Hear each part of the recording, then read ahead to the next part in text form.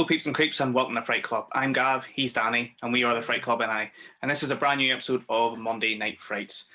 Tonight we're going to be talking about the 2015 horror film It Follows, written and directed by David Robert Mitchell. Danny, we're both big fans of this movie. Oh, yeah. When did you first see this film?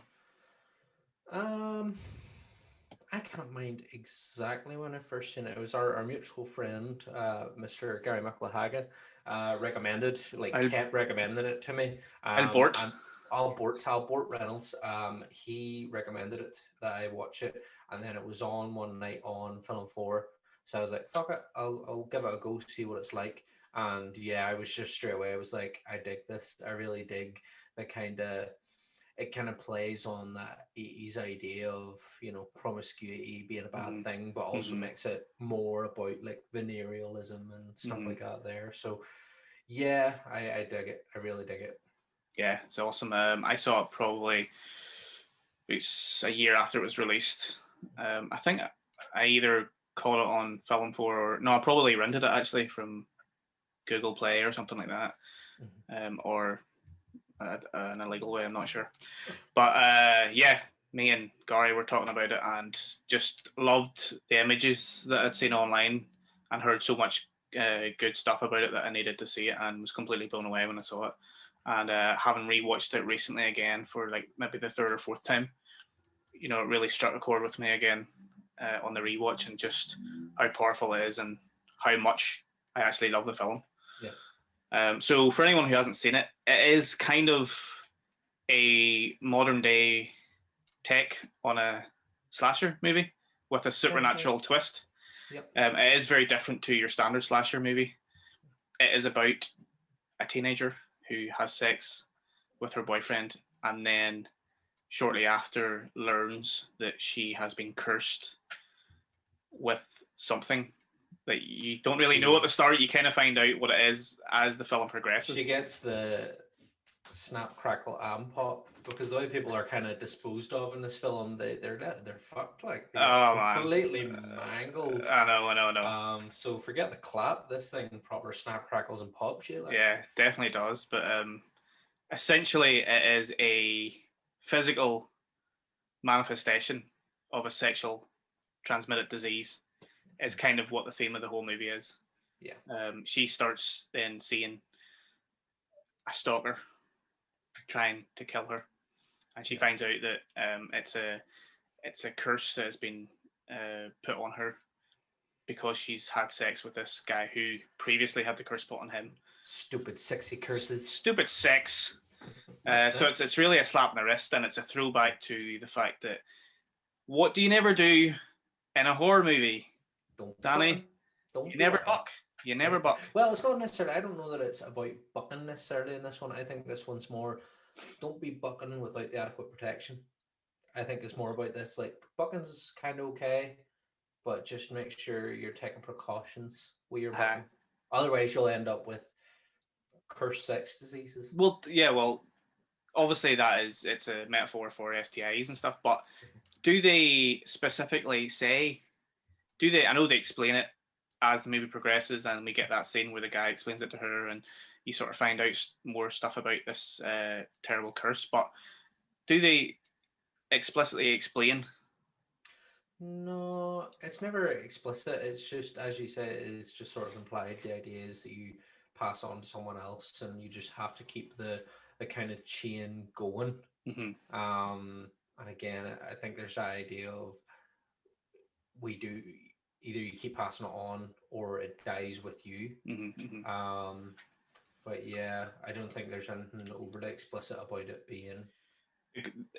When you say the premise out loud, it kind of sounds a bit naff, but it's so well done in this film. Like it is genuinely one of the best horror films I've ever seen in the last 10 years or so. And I was explaining it to Janine earlier, and she turned her nose up at it whenever I explained it, because she was just like, "What?"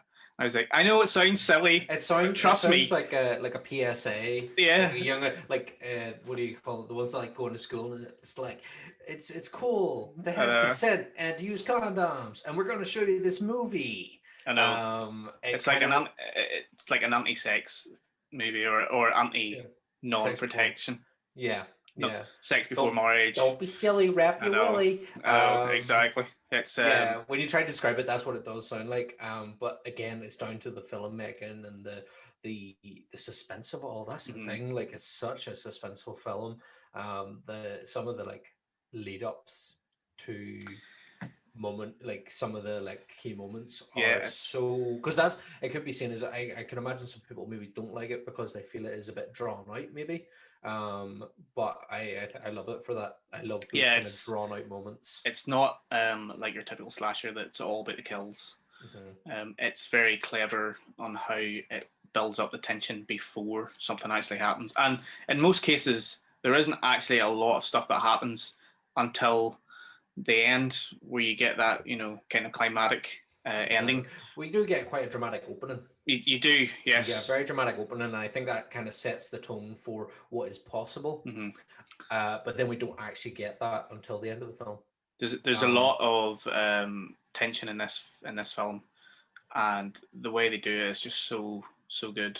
I just I love that build up of tension and the sort of biting your nails and sitting on the edge of your seat, and you're just waiting what is going to happen. That's for me. That's the real horror of horror movies. That's what really gets me in horror movies, rather than the actual incident itself. yeah. But what I love about this movie, and I was thinking about it today when I was explaining it to Janine and all the kind of intricate details about it. I love the fact that anybody can be the killer. Hmm. Whenever we find out about this curse that's going to be physically manifested as a human being, it can be anyone. It can be a stranger, or it can be somebody you know. And the only thing that really that you know is that they will walk towards you from a distance, and that's all you really know about it. And it's very very terrifying because they really play on that throughout this film. And there's so many cool scenes where they're sitting in groups and they see people walking in the back and they're like, is it that person, is it this person? And they really do a good job Plays on the with this movie. paranoia of who's what, where's it going to come from, where's it Yeah, coming from next. Yeah, it's super great. paranoia movie is kind Hmm. of what this is all about. But it stars Maika Monroe, I think her name is. Fantastic actress who was also in The Guest. I don't know if you've seen The Guest. No, not seen that one. Amazing film, which actually came out, I want to say, in the same year as this, or the potentially the year after. This was actually debuted at Cannes in 2014, but it didn't get a release until 2015. So I think The Guest came out in 2014 as well. Yeah. And it's another bit of a throwback to kind of 80s uh, style of filmmaking, really. But yeah, so she's fantastic in this, and it's not like a big budget cast or anything like that, or a big budget movie, but all the casts are really good, and it's a very sort of subtle film in terms of the acting. It's not over the top. It's not your typical scream queen type acting, which really adds to the whole atmosphere of the film. Yeah. The budget was only 2 million, and it grossed 23 million. So pretty successful. The writer and director is David Robert Mitchell. This was his first feature film. It was his breakout feature film anyway. And he apparently conceived the idea when he was younger, because he kept having this recurring nightmare of being followed by someone that he didn't know who it was, Yeah. and which seems to be a theme with horror filmmakers. Was it Ben Wheatley we spoke about had nightmares when he was younger in their Wes Kill List Craven. episode? Yes. Wes Craven had nightmares, Wes and Craven had it's nightmares. one of those things Tim where Burton, did he not have nightmares about Edward Scissorhands, and that's what sort of. yeah, it seems to be a trope. I suppose it's a trope with filmmakers in general. They Mm-hmm. they It have came dreams to me in and a dream. yeah, exactly. They're artists, so they're waking up and they go, oh, that's an idea for a fucking movie Yep. or a painting or something. So, but yeah, so he had this idea that he wanted to make a film about somebody stalking a group of teenagers or kids or whatever, and the actual idea about the sexually transmitted disease didn't come until afterwards, which kind of tied the whole script together and the film together. Excuse me. So apparently his parents were going through a divorce at the time, so he believes that it was something to do with the anxiety of, you know, a marriage breaking up and a family breaking up, which kind of adds to the film as well, in a weird way. We talked about different themes. Obviously, the STI, it's quite on the nose. You know, that's what it's kind of about. That's what it symbolizes anyway. There is a few other themes or meanings that you could take out of this film, and we'll discuss them a little bit in depth throughout the course of this episode. But one of the other sort of obvious ones, I suppose, is kind of the final destination. You know, the inevitability of death. Again, it's obviously attached to this sexually transmitted disease, but you can't escape death, and no matter how you get away from it, it's always going to lurk there. It's always going to hunt you. You're always going to be not expecting it, but it's going to be something that's always going to be over your shoulder, and that you'll have to always towards it in a straight line. In a straight line, and just walking, not running. So just taking its time. And it could come from anywhere as well. It could be somebody you know. It could be a stranger. You never know. You never know.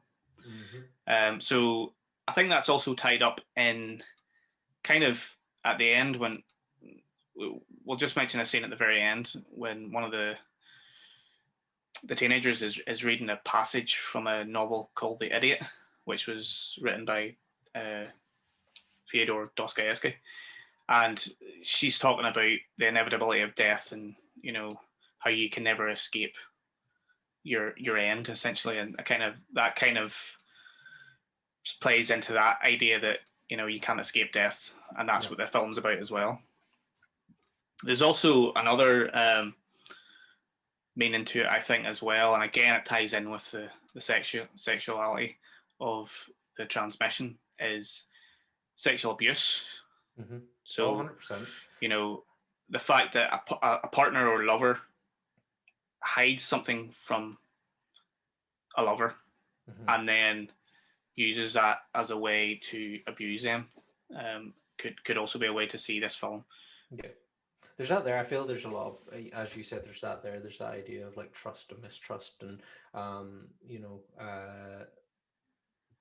there's a lot in here I feel about as well, like the use of sexuality and of you know, using sex to not necessarily to abuse others, but then later on in the film when she like goes to transmit it on to someone else, there's that kind of idea of, well, is that right or is that wrong? And you know, the fella's, even though he kind of knows what's going on, he's still kind of like, oh well, let's try it out anyway and see how we get on, sort of thing. There's a lot of that, and there's a lot, I think, with the male gaze as well in this. You kind of get like the two wee boys that are like spying on her at the start when she's in the pool and all. I think there's a lot about like male and female sexuality in this, and how it works for boys and girls, sort of thing. You know, it's sort of guys and stuff are quite voyeuristic and just, you know, want to get their end away, but they're also more willing to put people at risk. As we see with her boyfriend at the start of the film, he's willing to put her at risk to get rid of the curse he has. But later on, she wants to get rid of it as well, but she still allows herself to transmit that on to someone else then, with the other boy, who again willingly takes it. Because at the end of the day, he's a boy and he's like, I want to get my end away. And it's just, it's one of those things where I think there's a lot in here. You know, if you were to go into it with a psychoanalysis, like look at it from like a sex lens, there's a lot in this movie. Using the sex lens, sexual analysis lens. That's going to be a wee soundbite that I'm just going to save in the soundbite. I know, the soundbite folder. But yeah, no, 100%. You know, the sexual abuse aspect of this is you could go very deep, and you could analyze specific scenes with a fine tooth comb. And I kind of like the idea that, you know, initially I started thinking about, and they play with it a little bit with the paranoia and the fact that because you can't see the person attacking you, other than the only person that can see it is the person that has it. Yep. The friends can't see the person that's attacking you. It's playing with this aspect that, do the friends believe her? And there's a few moments in this halfway through it where she sort of asks one of the guys, you believe me, don't you? And he's like, yeah, of course. But they play with that fact where it's like, oh, maybe they don't fully believe her and they're just sort of going along for the ride type thing. Yep. And that sort of plays quite deep into sexual abuse because, you know, it's the whole gaslighting. And it's the whole sort of thing where when somebody is abused, they feel like it's their fault and that they feel like, you know, they feel guilty because they feel like they've done something wrong. So they have the weight of this guilt, and then they make themselves ill, and they make themselves isolated from others, and they've got all this paranoia, and their world can turn quite nightmarish at times whenever it escalates into a really, really bad place. And I think that's a good way to look at this movie as well. I mean, that's probably going a wee bit too deep into it. But yeah, it's definitely it's an area to explore if you're into film analysis and you want to do that. You look through it through the sex lens. And the sex lens. And the sex lens. Yep, sex lens. But yeah, so clearly this film was massively inspired by 80s films in that genre, in the sense that you know, it is very very influenced by John Carpenter. If you look at this film, if you look at any of the images in this film, a lot of the images are quite wide lenses, which is, you know, a staple of John Carpenter's career. He was very famous for doing that. Yeah, man. Absolutely beautiful. And the blues, all the nice blue hues. Yeah, the blue. Yeah, I know, it's lovely and massively influenced by John Carpenter, obviously. The director of photography is a guy called Mike Gulakis, who I'm unfamiliar with, but he did Split and Glass, Shyamalan, and he also did Jordan Peele's Us as well. So this was, I think, one of his first big kind of movies that kind of got him jobs after this, and he had worked with Mitchell after this as well. Beautiful cinematographer, and can really light up the shots really well. And I just love those wide shots, you know, where it just shows you the whole street and the whole building. And this film has got some beautiful wide shots in it. It's got a visual aesthetic, also partly influenced by George A. Romero, which I see a little bit less than Carpenter, and by the photographer Gregory Crewston as well, who I'm unfamiliar with. But apparently his style is very much small town America, which this film is, suburbia. Your everyday families. He likes to take pictures of families in everyday life, but with surreal events occurring around him. So I looked a little bit at his photography, and he's got a love for a blue hue. Funny enough, Danny, just as you were talking about it, so it just looked like a still from this film. But he was heavily influenced by the likes of David Lynch's Blue Velvet. And early Hitchcock, like Vertigo and Rear Window and stuff like that. So you can see it in this film as well. You can see a bit of Blue Velvet in this film. But it is primarily focused on small town America. And again, the soundtrack, you know, it's got that electronica feel. It's got the sort of, it's not quite as synthy as a John Carpenter 80s movie, but it's got those wee motifs that you go, oh, that's Carpenter or something like that, you know, where it's, oh, that just reminds me of kind of something from the 80s. And there's a couple of wee bits in it just kind of reminded me of, you know, like the Christine and stuff like that. So which really works really well for this movie. And the soundtrack was done by a guy called Rick Vreeland, but his aka Disaster Piece. So there you go, check him out on Spotify. And quite slow, brooding, synthy electronica really finished the movie off really well. Adds that whole atmosphere of it. But just talking about critical praise, it did really well. As I said, it made like 23 million or something. Most people really liked it. It wasn't like a massive movie. No. Kind of found its audience slowly. and it's still finding its audience. 5 years after it was released. But very atmospheric, ethereal, and there's a few good scares in it. It's not a jump scary film, but there's one or two jump scares in there that still kind of gets you, even though I know when they're coming. But it still sort of gives you a spook. It's that the very start, when we kind of get the girl running down the street.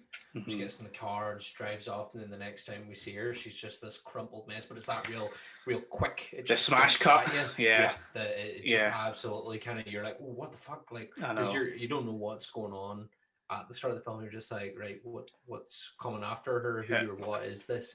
Because again, even from the title, it follows. Well, we don't know what it is. We don't know what it is. You're right. We still don't really know what it is after watching it.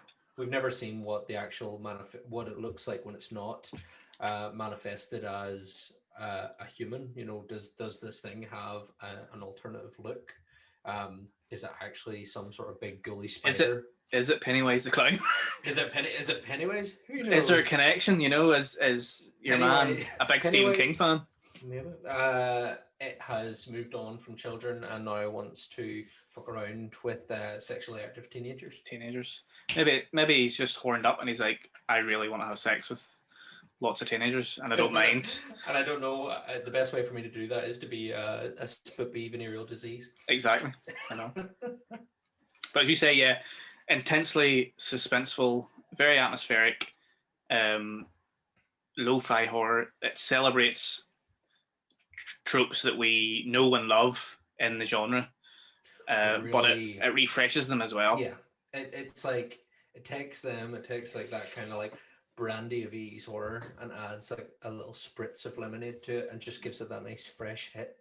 That makes it something just like a breath of fresh air to it. Definitely, yeah. I like it. I like it a lot. And it's beautiful to look at as well. Yeah, it's very, very pretty. It's art. Very artsy. So so we'll jump right in. The opening scene, it opens up in the middle of the road, 2 rows of houses, trees. Could have been taken out of Halloween. It's very Halloween-esque. And then you get the shot of the girl running out the house, and instantly you're just like, what's going on? This is very, very curious already. And very obviously still wearing whatever she had on the night before. She's wearing heels and stuff. It's she's not just woke up and gone out for a morning run. It's very obvious that she's doing the run of shame, so to speak. She's come in from a night out on the town or something. She's had some sort of party or whatever. She's been a naughty girl, Danny, I suspect. I'd say so. Nobody's dressed like that from the night before. Oh no, for no reason. She's no shame at all, running out in the street like that, letting her neighbours see her. And there is a neighbour actually who asks her if she's okay and she needs help, and she's like, "No, I'm fine." Yeah. Which again, very curious of her. Not, she also needs help. Yeah. But she doesn't ask for it. She doesn't want people to know that she's possibly losing her mind. Which again, we don't know this at that point too. We don't know. On the neighbour's side, we're like, "You all right? You're right." She has a real short interaction with her father as well, who comes out of the house and then asks her, "Are you okay?" And she's like, "I'm fine." And then it cuts to the beach, I assume shortly after that, where she's parked her car and she's just sitting on the beach alone. There's a beautiful shot where she's lit up by the car headlights, and it's a lovely shot. And she's on the phone with her father, and she's telling her father that she loves him deeply, and she's sorry for hurting him, or she's sorry for doing this, and she just loves him. And then all of a sudden, bang, smash cut to her dead body. And initially it's just her face, and you think, oh, she's dead, something's happened to her. Somebody's got her. And then it just cuts back to her body literally bent in half, and her knees going the other way, and her legs cracked open, and a horrible image. They've tried to like fold her up in as many ways as possible. Yeah.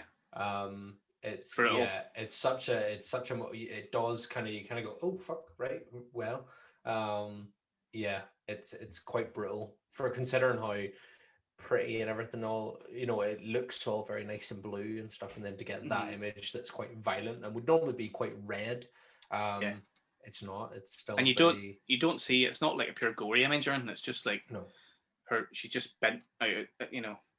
It's the contortion. It's it's a all very that's the word. unnatural contortions that make you kind of go a bit. Ugh.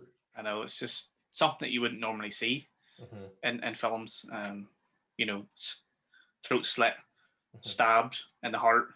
You know, hands cut off or something maybe, but not your knees bent the other way and knees bent like backwards. A fucking, I don't know. It's even seeing those videos where you see like gymnasts and stuff, you know, when they do the land, but the knees bend in the wrong way or whatever, like they just straight away. As soon as you see them, just seeing that there, you are just like bend. I know. Oh, knees the wrong way. Fuck me. She was like a flamingo. Oh, she was basically that makes like it sound nice. Flamingo. I know. Well, she was flamingo. She was like, it was a bit of a throwback to kind of Laura Palmer being found on the beach in Twin Peaks. Obviously, Laura Palmer. But she was in a she was just dead. Yeah, she was normal. Bag, like, but you know, just the kind of blue face, and she was very pretty looking young girl, obviously, and but yeah, David Lynch. That was obviously a bit of a nod to him. So then we meet our main girl, Jamie, who's I think they call her Jay in the film, and we get that wee bit where the two guys are looking at her at the swimming pool. They're peeping through it. She's got like a big pool in her back garden, and yeah, it's kind of just not a very meaningful scene, but it kind of just sets up the whole kind of like, oh, this is about looking at people and sexuality, male gaze.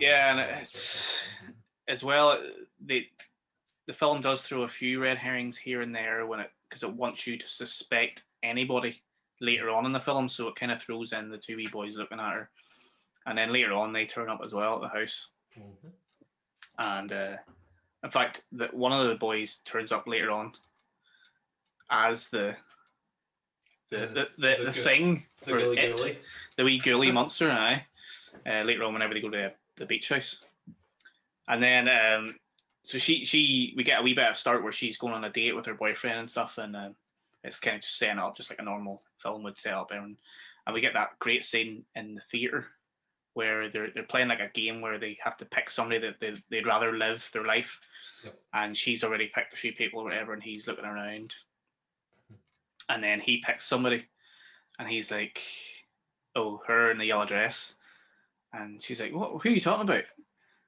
And you're just like, wait a minute. Is he mad, or can she not see the girl in the yellow dress? Because we can't see her. Yep. And the guy's like, and then he catches on straight away, and he's like, no, I don't feel well. I need to leave. So you know something's up here.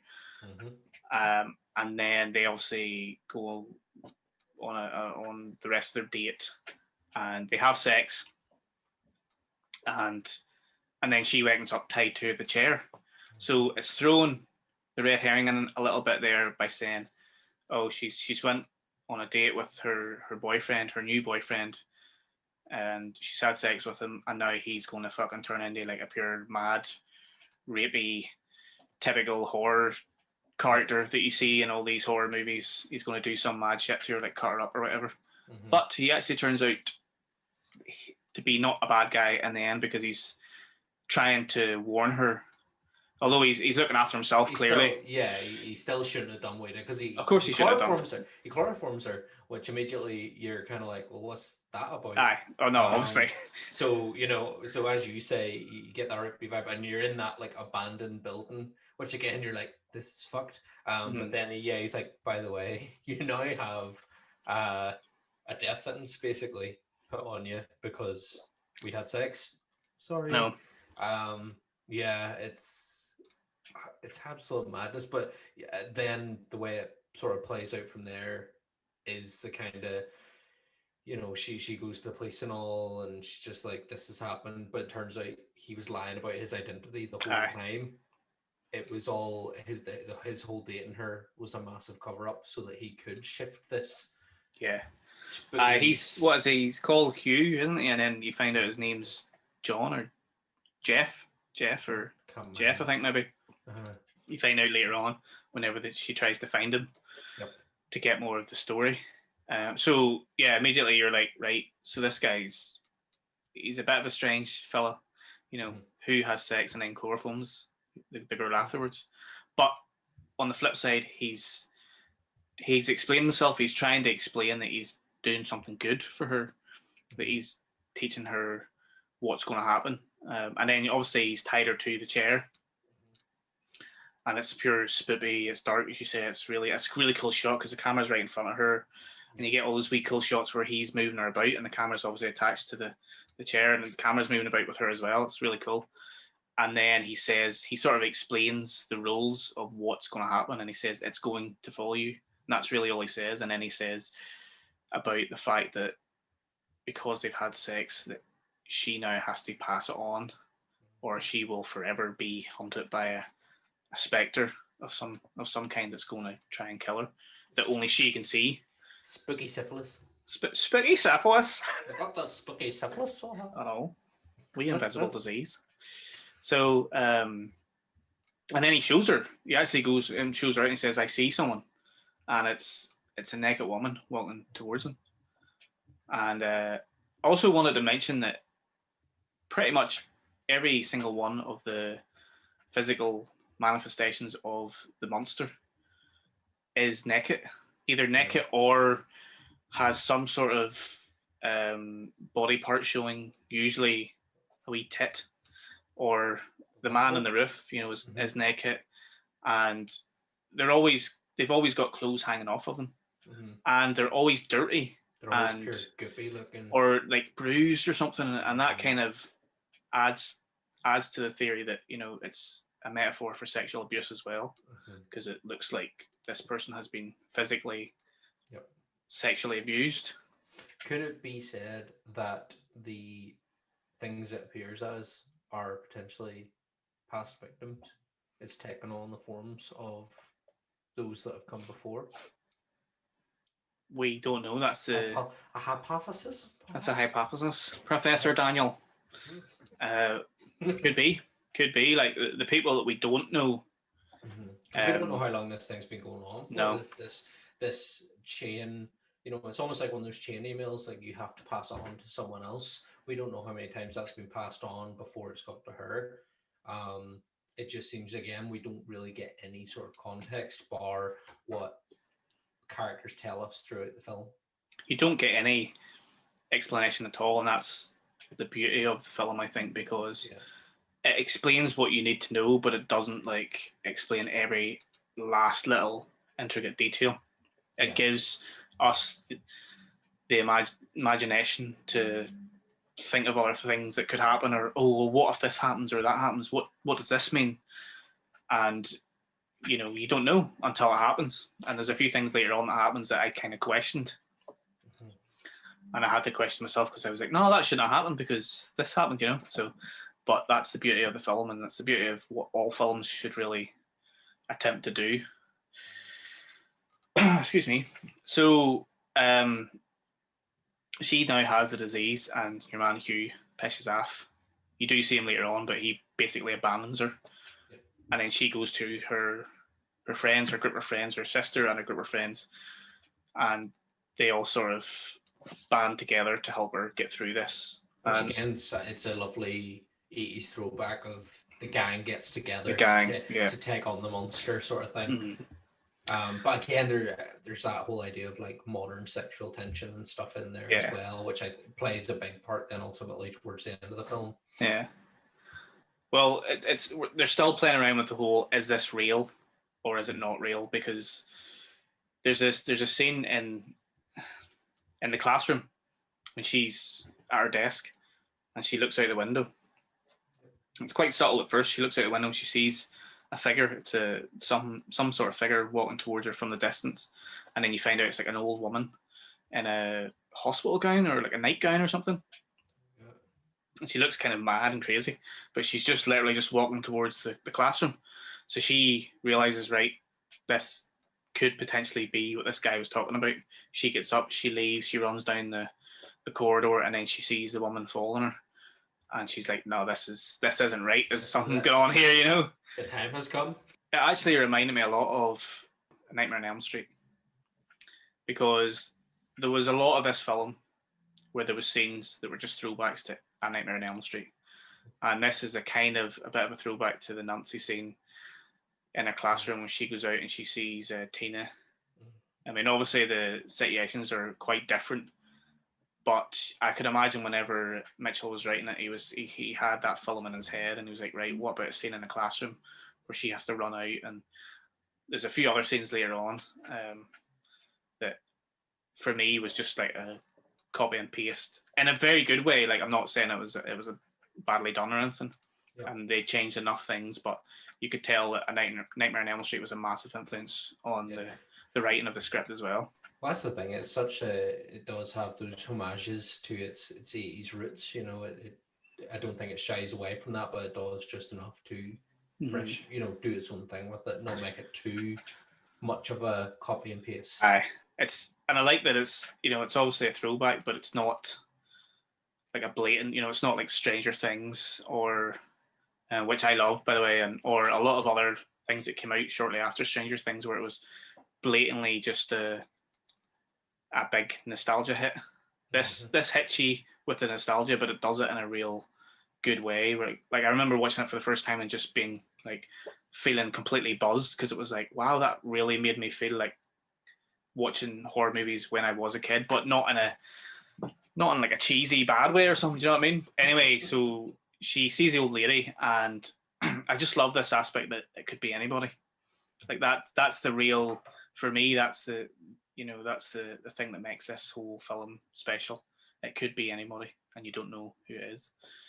It also plays on this idea that, again, a throwback to Elm Street, that this girl is living in her own nightmare. It's sort of playing with this idea that, is what's happening around her really happening, or is it a nightmare? Is she going to waken up? Like, part of me felt when I was watching that scene again that she was just going to burst up from the chair because she was having a nap during the lesson or something like that. And that's how well they did it, because it could almost have been taken out of A Nightmare on Elm Street, and there's scenes later on that they do that with as well. But yeah, the whole thing's just a complete endless nightmare that they're living in, and they can't get rid of it until they find out what they have to do later on, and they think they've done it, or have they? Who knows? Oh, that's it. Mm-hmm. We'll get there. This idea that it could be anybody, it just sets up so many cool possibilities and so many really cool scenes later on in the movie. So the friends come together and they realize that they're sort of kind of in this just themselves, and they have to kind of deal with it. And there's five or six of the friends, isn't there? There's the main girl. There's two guys. There's two guys, yeah, because there's the guy from across the road, Greg, kind of fancies, and then there's the family friend who she grew up with. And they do kind of have a thing for each other, but it's very obvious he's got more of a thing for her, and yeah. And then there's two other girls. Yeah, the sister, and then her like best friend. Yeah. So many is that? 5? Yeah, 5. It's 5 in total. So they drive around, and you see parts of the neighborhood that's kind of run down, and it's just it's lovely. It's again throwback to Carpenter. But she goes to the house of the guy, Hugh or Jeff, whatever his name is, and no, they go to the empty house first, but that's where he was staying. Yeah, because there's cans in the windows. Oh, that's all the stringed up strings bottles with the cans and the bottles and stuff. So obviously, if anyone comes in from any entrance or exit, he'll hear them. And so they don't really know what to do. They're trying to find out what the hell's going on, and they end up going to your man's beach house. What's his name? Greg. The guy that lives across the road. Because they just kind of want to get away, and they're like, right, let's just get away from this. We need to just get away from this town. And I can't remember if the beach house is that far away. It's a couple hours drive, isn't it? Yeah, but it's not too far. I don't think. I think the whole film takes place within, as you said, like a small seaside town community sort of thing. Yeah. It's far enough away that they think that they're going to be safe anyway. Yeah. But little do they know that it follows. It follows. It follows. Oh, he said it. It follows. It does follow, and it follows quite quickly. I mean, this thing's supposed to just walk, but somehow it can fucking It must get a mean stride on, buster the pace of fucking Usain Bolt. just turn it on when it wants to. That one owl boy that just strides around the town, it's him. I know. He's just striding, long-legged strides. I know, he never gets tired or anything. He just keeps going. Just keeps strutting.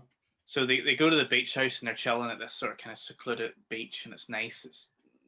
They're the only ones there. They seem to be having a good time. Everything looks to be okay. They're just chilling. They're waiting, obviously, because they know, right, let's test this out. We'll wait here. We'll see if anything happens.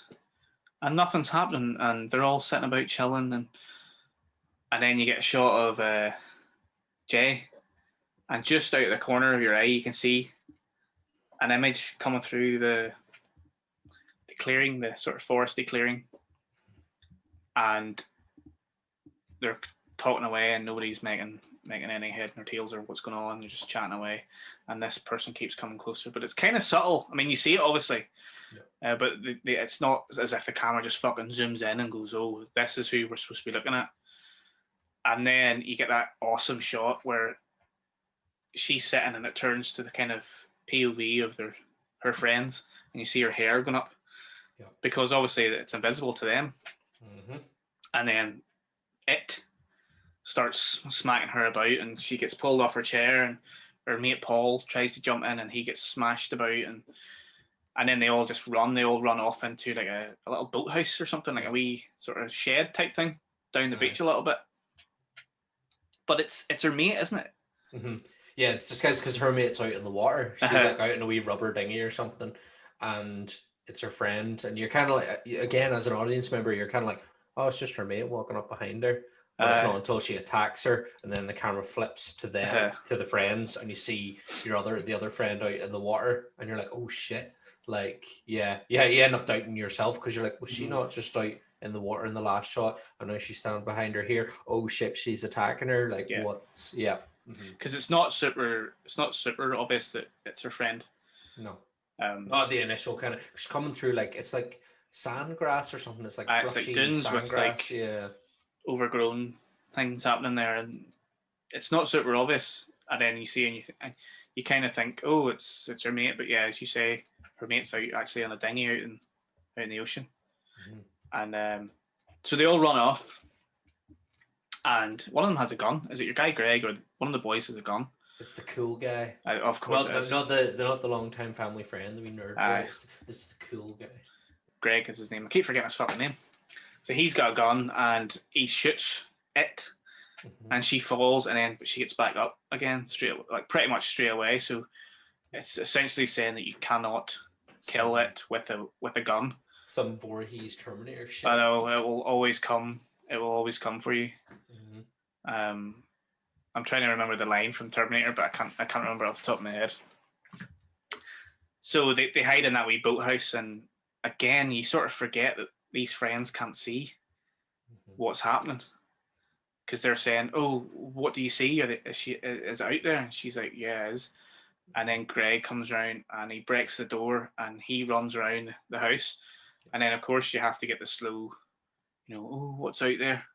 And she starts crawling towards the door, and then it's your wee peeping Tom, the wee man from the start of the movie. He jumps in. That's the only sort of jump scare where it's like, oh fuck, that kind of got me. And then they just bail. They get away from it, because it changes again, doesn't it? Because they go round the back, and when it comes out, it's changed now to somebody else. I don't know is it her wee sister that it changes to. I was trying to think more about the rules as I was watching this film, and what I thought was that as long as the person is looking at them, it can't change. But as soon as they look away and then see it again, it can be a different manifestation. Which is a real pain in the hole if you're in a crowded place. I know. But if you keep looking at it, I don't think it can change. It'll always be that same physical appearance, whatever it is. Which, as soon as you look away or close your eyes at any point, you're screwed. And I'm assuming that it can, although it can't teleport or whatever, it can. Do you think it can just disappear? They can just go. Don't think it can disappear. It is supernatural, obviously, but I don't think it can just disappear from this area and appear here. Yeah, because it still has to move in that has to constant move motion. in a straight line and sort of in a constant motion as such, and it has to be the one appearance. If you look away and look back, it will still be there, but it'll be a different. It could potentially be a different person. If you look away and look back, it won't randomly change direction. We get that, yeah. I would say that the awesome scene at the beach. I just thought it was so clever. Where it was like Invisible Man-esque, wasn't it? Where it was like, yeah, as you soon were as you seeing the start things seeing happening. those, like as soon as we start getting the perspective of the friends and how they view it, that's when it starts to get really interesting. Then because now we've only seen it from her perspective most of the time. Yeah. So then to see it from their perspective is a bit like, okay, right. Mhm. She's obviously she's not going mad. That's when we get affirmed that she's not losing her mind. There is actually something after her. Yeah. Yeah. So then, yeah, it's just and it's really great. And again, as you say, the Invisible Man nature of the hair being pulled up and all, and being knocked about and stuff, and it's just, I think it's from this point on that it just becomes a bit more of a roller coaster ride of tension, you know. Yeah. And then she crashes the car and she's in hospital and they're all sitting around her bed and stuff. And Right. again, it's a wee bit of this scene reminded me of something from Nightmare on Elm Street, because it's that whole, is she dreaming? Is she not? Because in Nightmare on Elm Street, you're constantly asking yourself, is this character having a nightmare? Is what I'm seeing real, or is it a nightmare? Because obviously they do that a lot and throughout the whole franchise. Yep. And in that scene, she's looking out the door. She's constantly looking at the nurses and the staff walking by, and she's clearly thinking, is someone going to come in and try and kill me here? And it's that whole kind of nightmarish experience that she's living. And I just love that the whole way through it. Keep you on your toes. I know. So we get obviously another sex scene. So Greg, the cool guy, has it off with Jay. Because again, I think he's still been the most skeptical. I think out of all of them, and he seems to be kind of like, I'm going to take the bullet here, but you're also kind of like, no, we are just looking your hole, really, aren't you? Well, there's a couple of wee quite subtle scenes where he's getting close to Jay, and then you see your guy Paul, who's like giving him the pure evils. Yeah. And then it's kind of playing with that paranoia between the extended group of, you know, ooh, I hate you and you leave her alone, and I'll be exactly, I'll be her protector. Yeah, exactly. But he's been a little bit cynical in the sense that he's giving off some sort of aura to suggest that he maybe doesn't quite believe her, and then obviously she actually asks him, do you believe me? And he's like, yeah, of course, but he's still a wee bit kind of like, I'm not sure.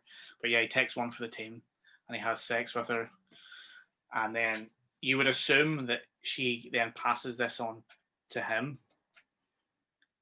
And then there's a weird scene where it cuts to him like talking to these 3 random girls in a McDonald's or something. And the music that's playing over it would suggest that he's like a villain, which was a strange one. But then it cuts back to her, and some time has passed, and Greg is going to her house and stuff and meeting the friends, and he's saying to her, oh, I haven't seen anything, and they're constantly asking him, have you seen anything? He's like, nothing. And I think he says there's been nothing for a few days, so a few days has passed and nothing has tried to kill him. So then you're thinking, hang on, what's going on here? Has it not been passed from her to him, or what's happening? What's your assumption on that? I think again, it's that idea of because he's a guy, he feels he can sort of get away with it. Or again, we get the idea that obviously because he doesn't believe in it, he's safe, sort of thing. And I feel like the bit where with the music and stuff, you're kind of, I don't know if that's meant to imply that he's maybe trying to pass on to other people, or maybe that's what I thought initially, yeah. But he does end up getting it anyway. He does. It does, yeah, because Yeah, because obviously they think, oh, it's been a few days. Why is he not being attacked? And then you're kind of thinking, going back to what you were saying at the start, did they use protection? Yeah. Yeah. Yeah. Was anything physically passed? Mm-hmm. From A to B? Does she have to get the fill-in to get the it? Is that how it works? Danny. Fuck's sake. It's You crossed the line there now. That's disgusting. Cross the line. I'm sorry, but that's disgusting. What am I supposed to say? Sorry, I'll use the proper terms. Does the inseminations have to happen for the it's? Clearly has worse? to, or some sort of fluid has to. Exchanging of fluids. Come together, yeah. Come together. Literally come together. So, and then we get another scene which is fucking lifted straight from Nightmare on Elm Street, where she's looking out the window and she sees your man walking, and he's obviously sleepwalking or whatever, and that's like something you would have seen in Nightmare on Elm Street, and she's kind of like, what's going on? And he's banging the door, and then he smashes the window. Smashed the window in. Mm-hmm. And then she's like, oh fuck, what's going on?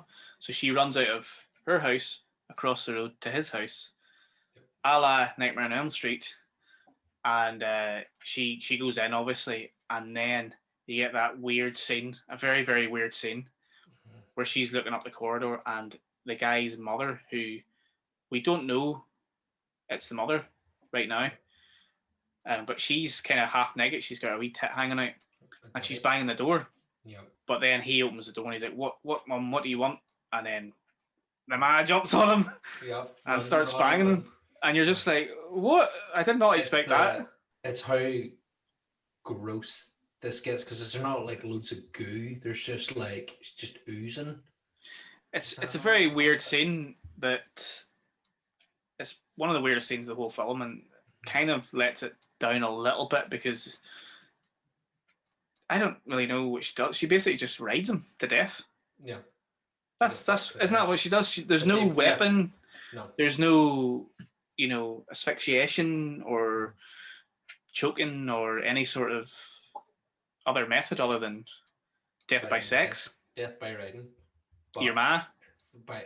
Incest. Death by incest is a pretty grim way to go. If you're going to go out riding, you don't want to be doing your ma like. No. No, I mean, definitely. she was nice looking, don't get me wrong, but and then what happens next? Greg's dead. There's only Greg is gone.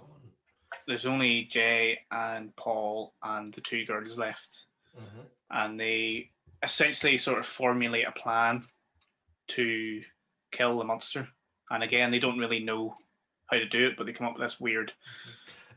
How did they plan? Really, I was going to say, how did it come together that they're like, we're going to electrocute it? I know. We're going to, I don't.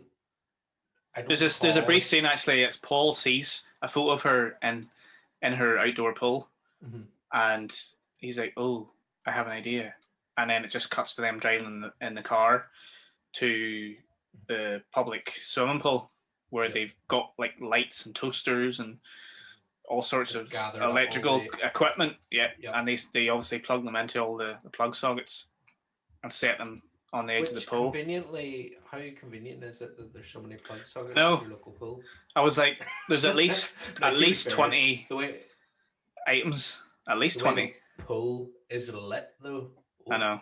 That's class. Under like that pool again. Pool lighting is great anyway. I know. But the way it's shot, the way it's made to look in the film, because again, it gives me a Gremlins vibes. You know, the way when Stripe goes into the lit room and then jumps in, not the way. Because the way it's lit, the smoke looks so nice. That's Gremlins callback. Beautiful sequence that we're about to talk about. And it's sort of like a calm before the storm, because you get a lot of kind of build up to it where it's just silence and they're just lying about, and they're kind of just lying by the pool, and they keep saying to the girl, "Oh, do you see anything?" And she's like, "No, do you see anything?" And the idea is obviously she's jumped into the very center of the pool. She is going to entice it into the pool, and then she's going to swim off, and they're going to chuck everything in, and it's going to fucking fry it to bits. So it's going to be bit. And it's going to be dead, A little bit. obviously, because they're very smart and they know everything about this monster, and this is the only way that they can kill him. But yeah, it's a stupid idea that doesn't work. But I love how they do it because the monster is invisible when it comes into the room, and we're seeing it through the eyes of the friends. And Jay is just like, oh my god, it's standing there, and they're like, oh, where at the door? What's it look like? And then she says, I don't want to tell you. And that's brilliant because it's her dad. Yep. It's her dad. And again, it tells you without actually physically saying, oh, that's my dad. But before this scene, you see him standing on the roof of the house and he's showing brain and everything. And you see a picture of her with the dad on the wall, isn't it? The two girls and the dad and the mother. Yep. And I'm guessing he's either he must be dead, or he's left anyway. He's left, so you don't know anything about the father. But I just thought it was a really cool sort of moment in the film. And then he starts throwing all the stuff at her. So he's pretty smart. Like he's not he's no dozer like as well. Like he's proper chucking, like giving it stacks with the. He throws like a chair as well, doesn't he? And then there's a moment where he picks a toaster up and he throws it right at the camera. And like I sort of jumped back. It was like fucking hell, and it smacks her in the head and she's bleeding and all. And she's really struggling because she's under the water and it's constantly, and also they can't see it. So she's like, oh, it's there, and your man's got the gun and he's sort of trying to shoot and he can't obviously get it. But it's pretty full on, and then it does eventually go into the water and it grabs her and it's trying to pull her down, and then your guy eventually shoots it through the water. And it's like, before that, he shoots one of the. He shoots the girl. He shoots the friend in the leg. Yeah. Because obviously he's trying to shoot it, but at nothing. It's chaotic. She's running around in the background. He ends up shooting her, and then he ends up shooting it in the head. Yep. And we get the scene where the blood's going everywhere and it floats down to the bottom of the swimming pool. They save Jay, and the swimming pool fills up with blood, and then that's it over. You're sort of, they've killed the monster, or so we're supposed to think that they killed the monster. That is the ending of the film, if you choose to believe it. They go away, and she and Paul embrace, and they're in a relationship now because at the very end of the film, some time has passed, obviously, but Jay and Paul are walking down the street and they're holding hands, and then you just get a lovely shot of this person walking between them, following them down the street. Could just be a neighbour, could just be some guy walking to the shops, going for a beer, going to watch a movie. We don't know, but the implication is that, oh, guess what? The monster did not die, and this guy is fallen. Paul now, because Paul's got the curse because they had sex. The gully.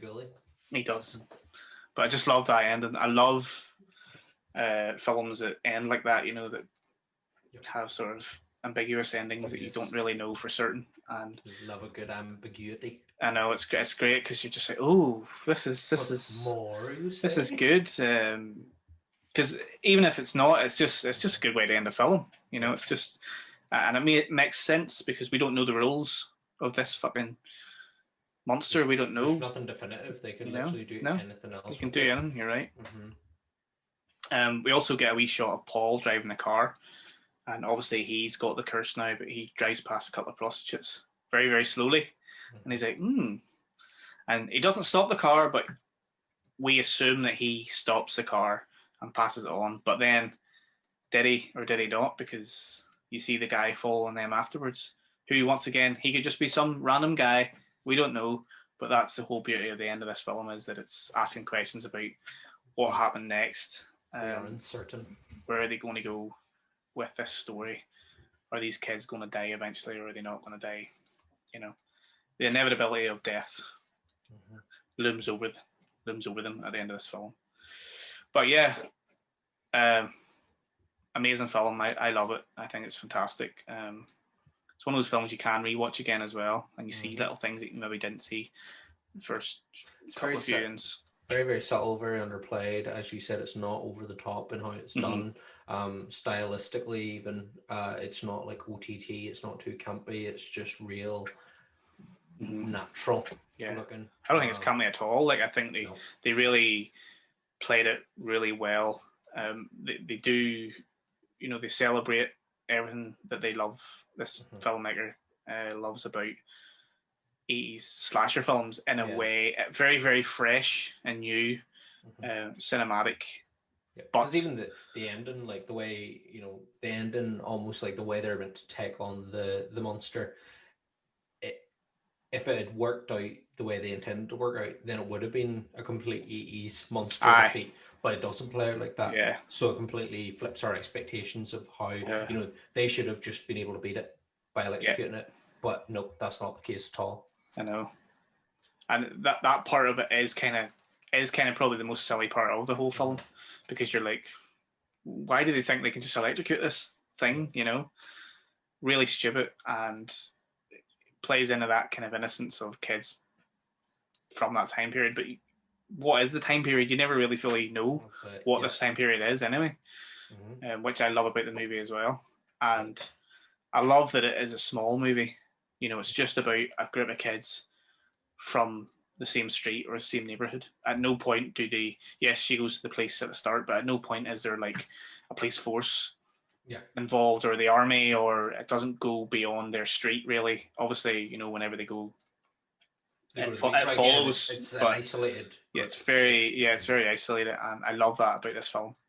And does it deserve a sequel? Because there has been talks in the last year or two. There's been rumors about potential sequels. It follows two would be born. It follows some more. It keeps following. It refollows. It don't stop, won't stop. I know. Don't stop following. But on a serious note, the director has spoke about a sequel, and he said that he's left it open. He neither denies nor agrees that there's going to be a sequel. But there's been a lot of rumours that there may be a sequel. I don't know. It's one of those things, like, I love little movies like that just, they are what they are. And it's not franchise material for me. I mean, they probably could do a franchise. They could do many sequels. It probably would ruin the essence of what it is. Yeah, it would run the risk of turning into a franchise train. I reckon. If they started it, they wouldn't know when to stop it. Yeah, kind of. As much as that sort of thing. I know, as much as I would like to see more of that kind of world and that mystery of what it is, I think a sequel would diminish it a little bit, because it would need to start explaining more of the role. Yeah, and we don't need a franchise for every movie. No. But yeah, we'll see.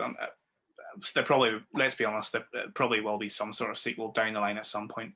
I was actually reading online somewhere, and somebody involved with the movie mentioned that if they did, it might have been a cinematographer or somebody involved with it, mentioned that if there was a sequel, that they would want to reverse it, and it would be called Follow It instead of It Follows.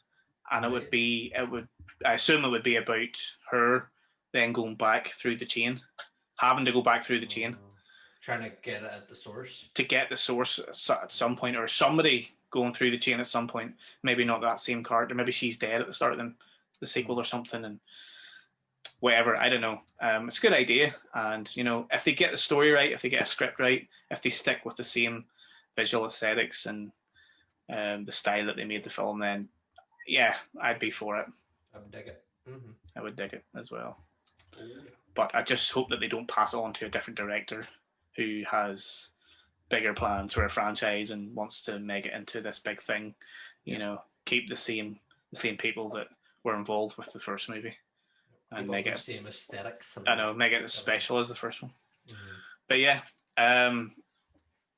that's our episode of It Follows. Hope you enjoyed this episode. Feel free to leave comments in the comment section below. Do you have any theories about the monster or it, or would you like to see a sequel? Feel free to leave your comments in the comment section below about your kind of ideas for sequels and stuff like that. We'll be back next week with another episode of Monday Night Frights. Until then, stay safe, take care. Thanks very much, guys. Bye.